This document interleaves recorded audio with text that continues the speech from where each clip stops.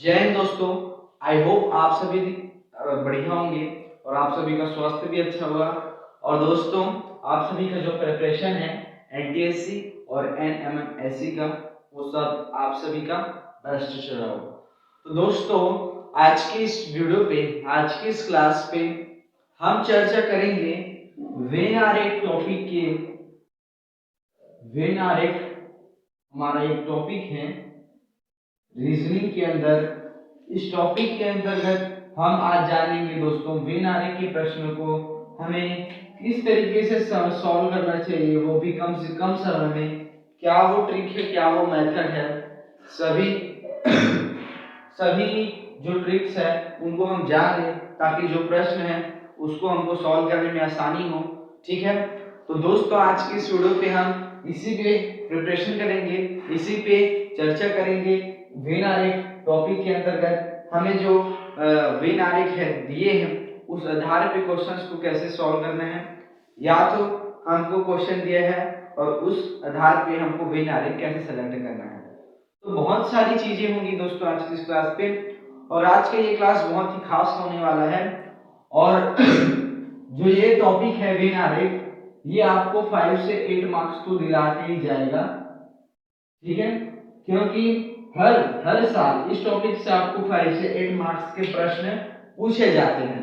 ठीक है, इसीलिए दोस्तों आज का ये वीडियो बहुत ही खास होने वाला है, इसलिए आप सभी वीडियो को ध्यान से एंड तक देखना और वीडियो में बने रहना। साथ ही जो चीजें मैंने बता रहा हूं यहाँ पे, उन चीजों को नोट डाउन करना। दोस्तों, अगर आप आई बटन के नीचे जाकर के देखेंगे और जितने भी टॉपिक्स के प्लेलिस्ट हैं आप उन सभी वीडियो को देखते हैं, नोट्स बनाते हैं, और जैसे मैंने क्वेश्चंस पेपर अवेलेबल कराए हैं तो उस हिसाब से अगर आप प्रैक्टिस करते हैं तो मैं आपको 100% गारंटी देता हूं कि आप जरूर एग्जाम में सिलेक्शन ले लोगे। ठीक है, जो मेन टॉपिक्स होते हैं वो यही है। व्हेन आर रीजनिंग में जो मेन पेपर होता है वो होता है रीजनिंग का पास और घन टॉपिक, जिसके जो भी टॉपिक मैं बताऊंगा वो उससे 5 से 8 मार्क्स के प्रश्न आते हैं। पासा के, व्हेन आर के अलावा जो कोडिंग डिकोडिंग है उसका, ठीक है, ब्लड रिलेशन का, और उसके अलावा दिशा डायरेक्शंस का, उसके अलावा फिगर काउंटिंग का, और ऐसे बहुत सारे टॉपिक्स हैं जिनसे आप आसानी से जो इस एग्जाम है उस एग्जाम को पास कर सकते हैं, क्योंकि इसमें इन्हीं टॉपिक्स के बेस पे जो पेपर है उसको बनाया जाता है, मेड पेपर को। और जो सेट पेपर होता है ना, सेट जो पेपर होता है वो आपके सिलेबस में एनसीईआरटी जो बुक होती है उन बुक्स को पढ़ना रहता है। कौन कौन सी बुक्स पढ़नी रहती है आपको? साइंस पढ़नी रहती है, मैथ्स पढ़ना रहता है और सोशल साइंस। ठीक है, अब बात करता हूं मैं दोस्तों एनएमएमएससी वालों के लिए। ये जो एग्जाम है वो 90 मार्क्स का होगा और मैथ का भी 90 मार्क्स का होता है, लेकिन एनटीएससी वालों के लिए यही पेपर 100 मार्क्स का होता है और यही पेपर 100 मार्क्स का। तो इसलिए चीजों को ध्यान में रखते हुए हमें आगे बढ़ना है। और टाइमिंग सभी के लिए दोस्तों 2 आवर्स का रहता है ना, 2 घंटे का। तो इन सब चीजों को टाइम मैनेजमेंट के साथ हमें चलना है और उसी बेस पे हमको पेपर सॉल्व करना है। तो देखिए दोस्तों, आपका सेट पेपर में जो आपके सिलेबस, जैसे कि एनएमएमएससी वाले की बात कर रही हूं मैं, कि अगर उनका पेपर 90 मार्क्स के होने तो जो एनसीईआरटी बुक है साइंस, मैथ्स और सोशल साइंस, तो 35 प्रश्न आपको यहां से पूछे जाएंगे और 35 प्रश्न आपको सोशल साइंस से पूछे जाएंगे, 20 प्रश्न आपको मैथ्स से पूछे जाएंगे। ठीक है, ये हुए जो आपके प्रश्न हैं उस सिलेबस में, जिस हिसाब से आपका साइंस का, मैथ्स का, सोशल साइंस का एनसीईआरटी जो आप क्लास में पढ़ते हैं उन बुक्स में जो चीजें हैं उनसे 35 प्रश्न, सोशल साइंस से 35 प्रश्न और 20 प्रश्न मैथ्स से। ये बात थी एनएमएमएस। और एनटीएससी वालों के लिए अगर मैं बात करूं तो उनके सिलेबस में जो एनसीईआरटी बुक है उसमें साइंस, मैथ्स और सोशल साइंस ये तीनों सब्जेक्ट रहते हैं। तो उनमें 35 के यहाँ पे 40 प्रश्न पूछे जाएंगे साइंस के, 40 प्रश्न पूछे जाएंगे सोशल साइंस के, और 20 प्रश्न मैथ्स के ही रहते हैं, उसमें कोई चेंजेस नहीं रहेगा। तो इस प्रकार से 100 मार्क्स का ये एग्जाम होता है, ठीक है, सेट पेपर। तो इसके लिए मैंने दोस्तों, जैसे कि सोशल साइंस का आपको तैयारी करना है, तो इसमें जो इतिहास है, नागरिक शास्त्र है, और भी जो चीजें इस एग्जाम में आने लायक है, उसका पीडीएफ भी मैंने पीडीएफ का वीडियो बनाया था, जिसमें आप उस पीडीएफ को अपने मोबाइल में डाउनलोड करके आसानी से आराम से पढ़ सकते हैं, ठीक है। तो इस पेपर की तैयारी आप अपने जो क्लास चलती है या जो क्लास हुई है उनसे आप कर सकते हैं। अब मैथ के लिए जो रीजनिंग में टॉपिक्स होते हैं, उसके लिए आपको अलग से उन टॉपिक्स को देखना है, इसलिए मैं उन टॉपिक्स को डिटेल से समझाता हूं, ठीक है। तो उसी के अंतर्गत आज हमारा है वेन आरेख, जो आपको 5 से 8 मार्क्स दिलाएगा, ठीक है। और चलिए दोस्तों, ये जो वेन आरेख टॉपिक के प्रश्न हैं, उन्हें हमें कैसे सॉल्व करना है, ये होते कैसे हैं, और बहुत सारे डाउट्स हैं जिन्हें हम अभी क्लियर करेंगे आज के इस वीडियो पे। इसीलिए आप सभी वीडियो को एंड तक देखना, और जो भाई चैनल पर नए हैं वो चैनल को सब्सक्राइब करना बिल्कुल ना भूलें। अगर दोस्तों आप नेशनल मिस कम्युनिटी परीक्षा और national talent search examination, scholarship examination की तैयारी कर रहे हैं, स्कूली लेवल पे कंपटीशन एग्जाम फाइट कर रहे हैं, तो आप सभी के लिए ये जो मेरा चैनल है फ्रॉम जेपी यादव है, आप सभी के लिए बहुत ही ज्यादा हेल्पफुल है, क्योंकि दोस्तों मैं इस चैनल पे इन्हीं सब चीजों की तैयारी कराता हूँ, ठीक है। तो दोस्तों, अगर आप चैनल पर नए हैं तो चैनल को सब्सक्राइब करें, वीडियो कैसा लगा कमेंट बॉक्स में जरूर बताएं, और वीडियो को लाइक जरूर करना, ठीक है। और उन दोस्तों के साथ शेयर जरूर करना जो इस एग्जाम की तैयारी कर रहे हैं या प्रिपरेशन कर रहे हैं। तो चलिए दोस्तों, मैं आज का जो टॉपिक है वेन आरेख, मैथ पेपर में जो रीजनिंग टॉपिक है हमारा वेन आरेख, इसके अंतर्गत हमें कैसे प्रश्नों को सॉल्व करना है और इन्हें हम कम से कम समय में कैसे सॉल्व करें उन्हीं को जानेंगे।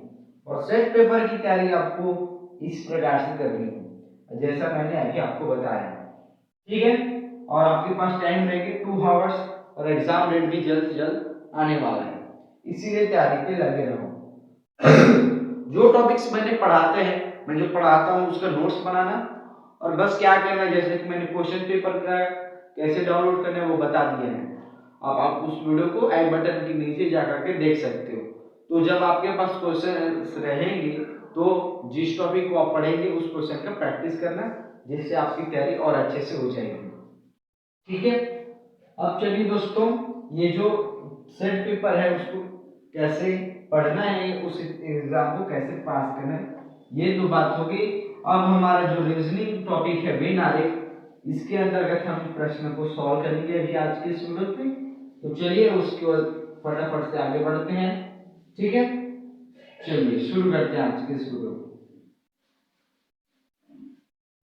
और जो दोस्त चैनल पर नए हैं वो चैनल को सब्सक्राइब करना बिल्कुल ना भूलें, उनसे सिर्फ यह रिक्वेस्ट है, और आप अपने अच्छे से प्रिपरेशन करें, ठीक है। तो चलो दोस्तों, शुरू करते हैं आज की इस वीडियो को।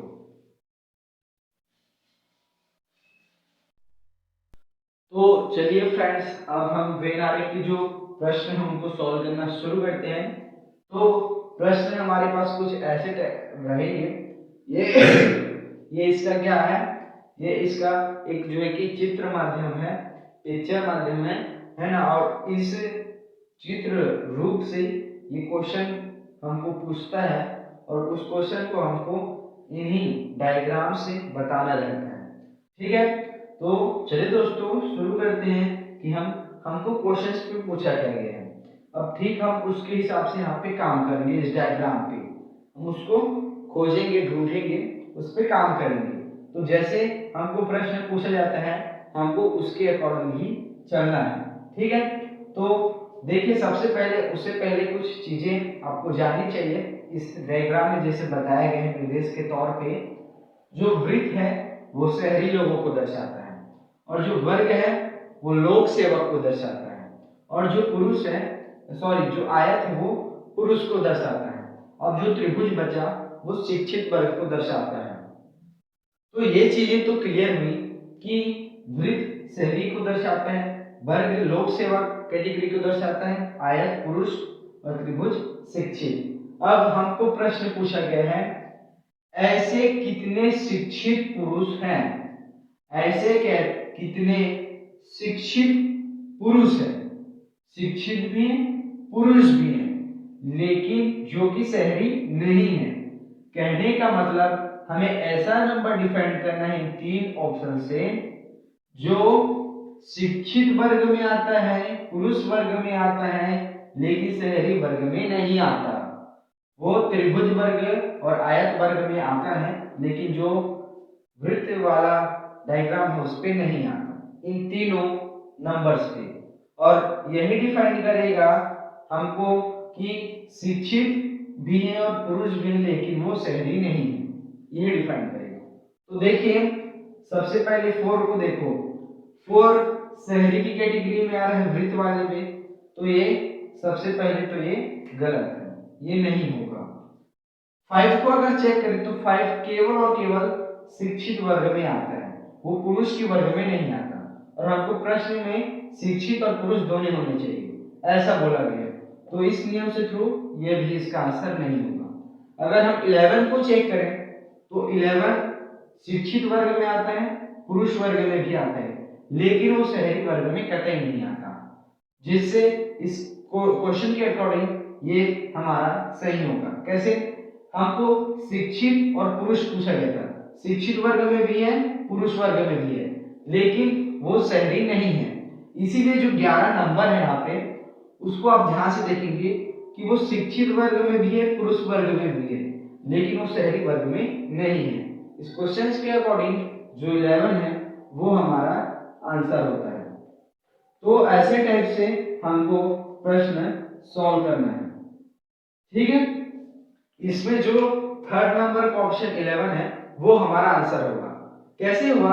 इस क्वेश्चन के अकॉर्डिंग हमने देखा, डायग्राम पे चेक किया, उस पे वर्क किया, तो शिक्षित और पुरुष वर्ग की कैटेगरी में केवल 11 नंबर है जो कि आता है लेकिन वो शहरी वर्ग में नहीं आता। तो इस क्वेश्चन के अकॉर्डिंग ये 11 शिक्षित और पुरुष वर्ग में है लेकिन शहरी वर्ग में नहीं है, जिससे ये हमारा आंसर होता है। तो ऐसे टाइप से क्वेश्चंस के अकॉर्डिंग आपको डायग्राम पे वर्क करते हुए आंसर डिफाइन करना है दोस्तों, और ऐसे ही वे नारे के प्रश्न को सॉल्व करना है, ठीक है। तो इससे रिलेटेड अभी सिर्फ एक प्रश्न देखिए हमने, अभी और प्रश्न है उसको भी आगे सॉल्व करते हैं। तो चलिए गाइस नेक्स्ट हमारे पास प्रश्न है और सॉल्व करते हैं। और अभी दोस्तों मौसम की वजह से तबीयत बहुत जो है कि बिगड़ रही है, इसलिए आप थोड़े से क्या बोलते हैं डिसिप्लिन में रहें, सावधानी पूर्वक। अभी ठंड भी बहुत बढ़ चुकी है, ठीक है। तो चलिए प्रश्न हम सॉल्व करते हैं। प्रश्न अपने पास है, प्रश्न क्या बोल रहा है, ऐसे कितने शहरी एवं लोक सेवक हैं जो पुरुष नहीं है। अब क्वेश्चंस के अकॉर्डिंग हमको डायग्राम पे वर्क करना है, ठीक है।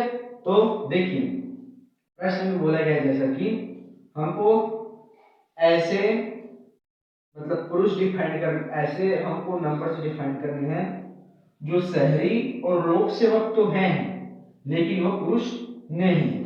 तो यहाँ पे अपने पास 3 ऑप्शन है, 3 ऑप्शन पे चलिए चेक करते हैं। पहला ऑप्शन 7 है, तो 7 को बाय द वे चेक कर रहे हैं अपन।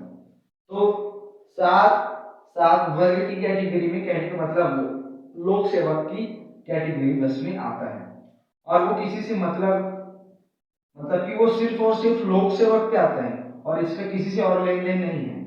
लेकिन क्वेश्चंस के अकॉर्डिंग हमको क्या बोला गया है कि शहरी भी होना चाहिए और लोक सेवक भी होना चाहिए और पुरुष बस नहीं होना चाहिए, शहरी और लोक सेवक होना चाहिए। लेकिन जो 7 है वो केवल और केवल लोक सेवक है, जिससे ये हमारा आंसर बिल्कुल भी नहीं हो सकता।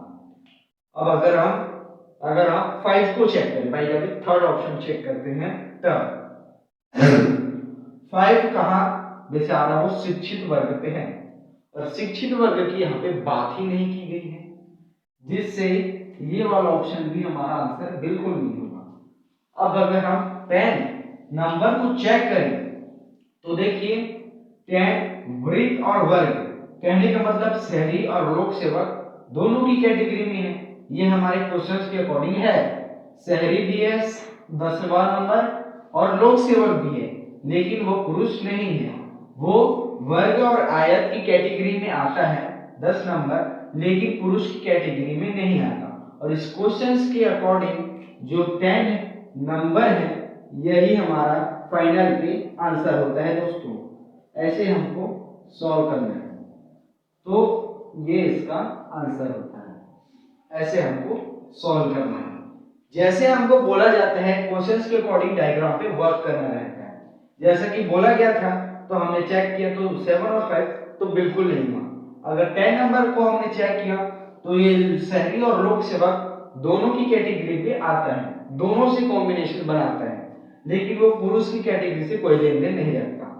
क्वेश्चंस के अकॉर्डिंग ये जो कि रूल्स फॉलो किया 10वां नंबर, जिससे ये हमारा आंसर होता है।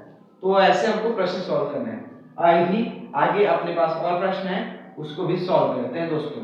अब ध्यान से देखते रहिए। तो चलिए गाइस, अब अपने पास है नेक्स्ट प्रश्न, थर्ड प्रश्न इस वैज्ञानिक की टॉपिक का। तो प्रश्न क्या है उसको पढ़ते हैं। ऐसे व्यक्तियों की संख्या कितनी है जो कि शिक्षित पुरुष एवं शहरी क्षेत्र से संबंधित है। हमको ऐसे व्यक्तियों की संख्या डिफाइन करना है इन तीन ऑप्शंस पे, जो कि शिक्षित पुरुष एवं शहरी क्षेत्र से संबंधित होने चाहिए। तो चलिए अब हम डायग्राम पे वर्क करते हैं।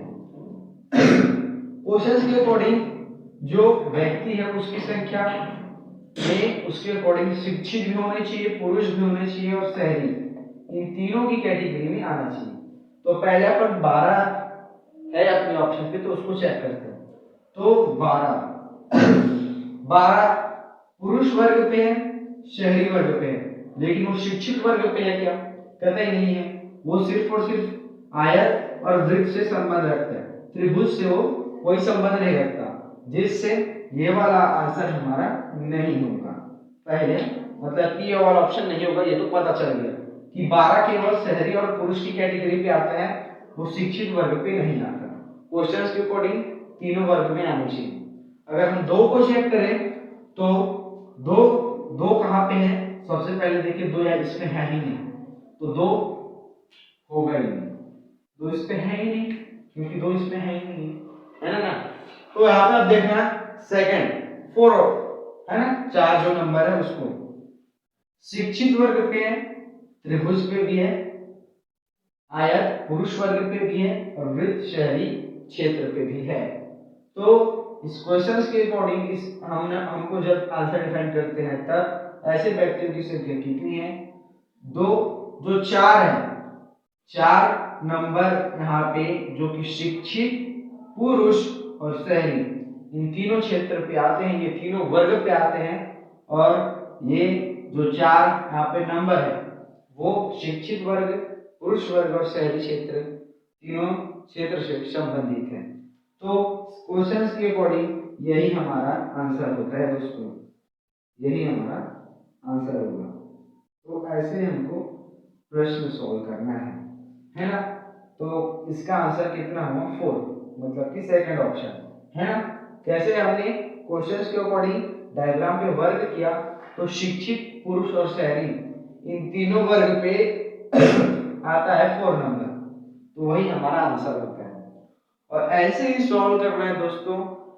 अब आपके ऊपर एक प्रेशर होगा कि बोर्ड का, है ना, रहता है, वो तो मुझे भी पता है, लेकिन अब अगर आप देखो, अगर जो भी चीजें आप कर रहे हैं, अगर आप उसको प्रेशर दबाव के तौर पे कर रहे हैं, तो आप एक सीधा सा, अब बुरा मत मानना, एक सीधा सा बता रहा हूं मैं, अगर आप उसको प्रेशर दबाव के रूप में ले रहे हो तो सीधी सी बात है, उससे आप सीधा बाहर हो जाओ, गिव अप कर लो। क्योंकि कोई भी चीज को अगर आप प्रेशर के तौर पे कर रहे हो वो कोई मतलब का नहीं है, ठीक है। सबसे पहली बात, अगर आप प्रेशर के तौर पे करेंगे तो वो चीजें सफल भी नहीं होंगी, अगर हो भी जाएंगी तो आप उससे संतुष्ट नहीं होंगे।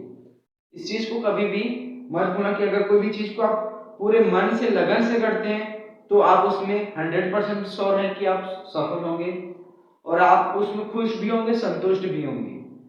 तो इस दो बातों पे हमको फोकस करना है कि कोई भी चीज आप कर रहे हैं, आपके ऊपर कितने सारे, देखो हालात तो देखो, हालात कभी भी मायने नहीं रखते। जैसे आप सोचते हैं वैसा बिल्कुल नहीं होता है, और मेरे साथ भी ऐसा हुआ है।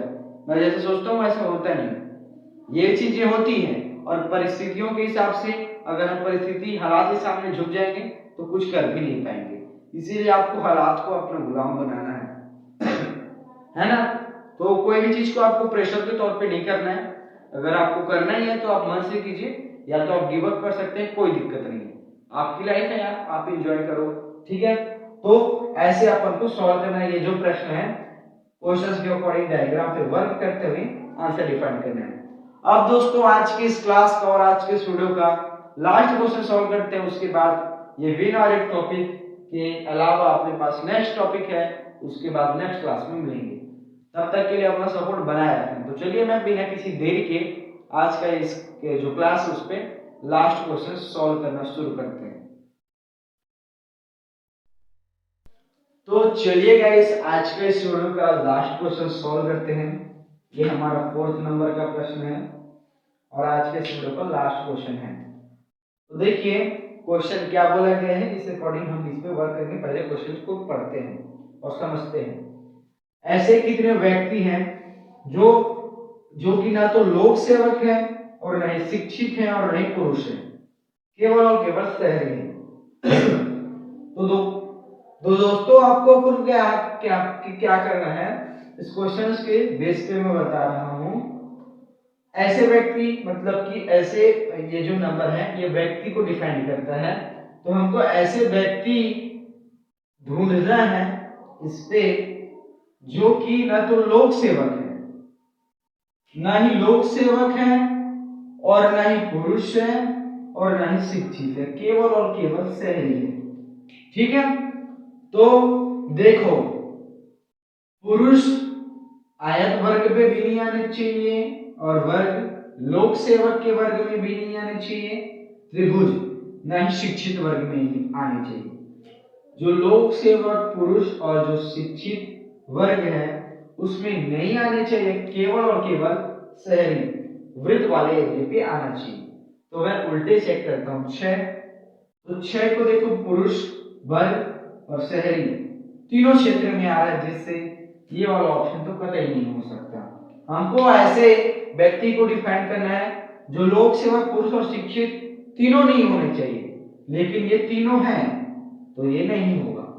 4 को चेक करें तो 4 शिक्षित वर्ग पे है, शहरी वर्ग पे है, पुरुष वर्ग पे है, और लोक सेवक पे नहीं है।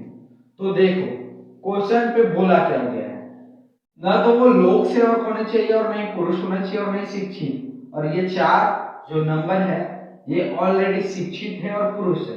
हालांकि ये शहरी क्षेत्र पे आ रहा है लेकिन ये पुरुष और शिक्षित भी है, जिससे ये वाला ऑप्शन भी कतई नहीं होना चाहिए।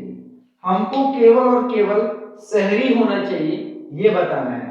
तो जो 3 नंबर है ये भैया सबसे हटके हैं, ये किसी के साथ कोई रिश्ते नहीं रखता, ये अपनी दुनिया पे मस्त रहता है। तो 3 जो नंबर है वो इस क्वेश्चन के अकॉर्डिंग वो ना तो लोक सेवक की कैटेगरी पे है, न शिक्षित और नहीं पुरुष, वो केवल और केवल शहरी वर्ग पे है, जिससे ये वाला जो आंसर है हमारा, ये वाला जो नंबर है ये हमारा आंसर होगा।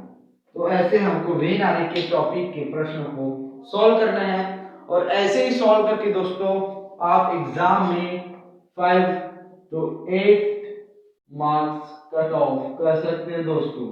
और बूंद बूंद से ही घड़ा भरता है ना। बूंद बूंद से ही घड़ा भरता है। आपके पास ऐसे कितने टॉपिक्स है रीजनिंग के, बहुत टॉपिक्स है, बहुत टॉपिक्स मैंने करा दिए और हर एक टॉपिक से 5 to 8 मार्क्स आएंगे। और बूंद बूंद से ही घड़ा बनता है, छोटे छोटे टॉपिक्स के छोटे छोटे प्रश्न सॉल्व करेंगे और छोटे छोटे से हमको बड़ी गैप मिलेगी। तो हमको कभी भी अपनी लाइफ में हार नहीं मानना है, आप अपना काम करते रहें, कर्म का जो फल है वो एक न एक दिन जरूर मिलेगा। लेट हो सकता है, देर हो सकता है, लेकिन मिलेगा। ठीक है, कभी भी कोई भी चीज वेस्ट नहीं जाती, इस चीज को आप याद रखना। ठीक है, तो ऐसे हमको सॉल्व करना है दोस्तों। और वे आ रहे जो प्रश्न है वो देखो, ये तो रहा कि अपन के पास जैसे कि क्वेश्चन है, उस डायग्राम सबसे पहले और उसके बाद क्वेश्चन, तो उस क्वेश्चन के अकॉर्डिंग हम डायग्राम पे वर्क करते हैं। अब कुछ ऐसे भी सिचुएशंस होती हैं जहाँ पे हमको क्वेश्चंस रहेगा, ठीक है, और क्वेश्चंस रहेगा और डायग्राम ऑप्शन पे रहेंगे, और उस जो यहाँ पे लिखा रहेगा उस डायग्राम के अकॉर्डिंग हमको क्वेश्चन पे डिफाइन करना रहेगा। तो उसका भी वीडियो जल्द से जल्द आने वाला है। आप चैनल को सब्सक्राइब कर लें, और नेशनल मिस कम्युनिटी परीक्षा और नेशनल टैलेंट सर्च एग्जामिनेशन से जो भी अपडेट पाना चाहते हैं, इसके लिए आप बेल आइकन पे जो घंटी का ऑप्शन है उसको दबाना बिल्कुल न भूलें। और दोस्तों इस वीडियो को एंड तक देखने के लिए थैंक यू। अगर आप भी स्कॉलरशिप पाना चाहते हैं, अपने पढ़ाई के साथ रियल में लाइफ में कुछ करना चाहते हैं, उठना चाहते हैं, तो आप सभी के लिए ये बेस्ट अपॉर्चुनिटी है। आप इस एग्जाम में एलिजिबल हो तो आज इस एग्जाम फॉर्म को भरिए, कतई भी मत छोड़िए, और आप इस एग्जाम को अगर पास कर लेते हैं तो आप स्कॉलरशिप के हकदार बनेंगे। ठीक है, तो चलिए दोस्तों, आज का ये वीडियो हमारा यहीं पे एंड होता है। जय हिंद। अच्छे से पढ़ाई कीजिए और अपने प्रिपरेशन पे लगे रहें। जल्द ही एग्जाम डेट भी आने वाला है, तो आप अपनी तैयारी पे लगे रहो, मेहनत करते रहो, एक दिन फल तो जरूर मिलना ही मिलना है। ठीक है, तो थैंक यू वीडियो को एंड तक देखने के लिए। Best of luck and keep study.